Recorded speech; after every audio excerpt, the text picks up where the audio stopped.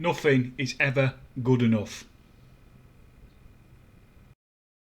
Refugees in places like the Greek island of Lesbos or the French port of Calais. But in the centre of Scotland's biggest city, outside a hotel organised by a company with $1 billion contract from the British government to cater to these people, has prompted a whole series of questions. They don't have access to washing. If, let's say, your room is dirty, your bed sheet is dirty, your clothes are dirty, you don't have access to anything. And you know, the coronavirus, they're lucky that they're not catching it.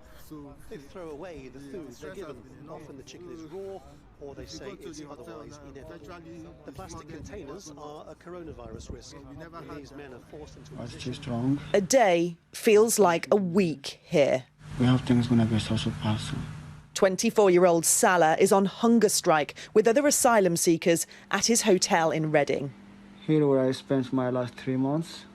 For others there, it's been over 8 months. They're protesting at what they describe as lengthy asylum claims and poor food, who say the meals they're given at hotels is often unidentifiable, non-nutritious sludge.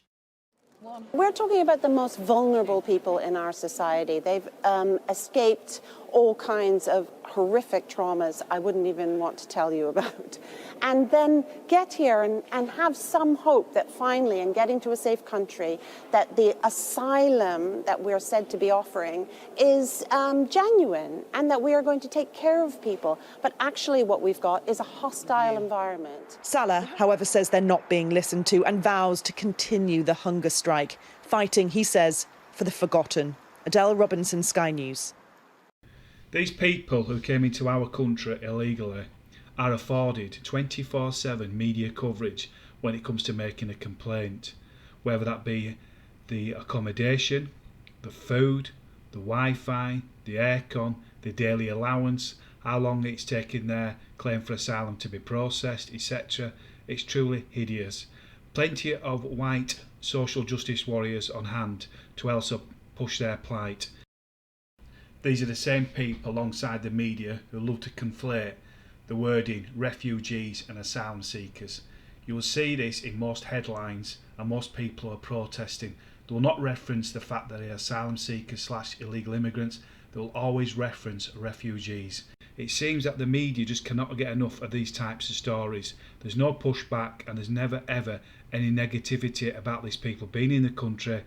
The media is playing a big part in what's happening in this country in the respect of promoting and elevating these types of stories.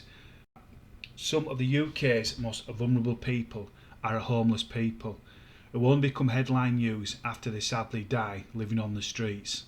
This is, for me, one of the national disgraces of this country in the respect of how they're treating these people who've come here illegally and at the same time willfully ignoring the plight of the vulnerable and homeless people who were on the streets. It's like we are in prison, not in the hotel. We came here in UK because we wanted a better life. I didn't know it was going to be like this. If it was like this, I wouldn't come here. People are going crazy in the hotels. Every day people have been people mental issues. We're having mental issues with asylum seekers every day in these hotels. Just yesterday at one of the hotels, somebody went crazy. Police has to come and arrest.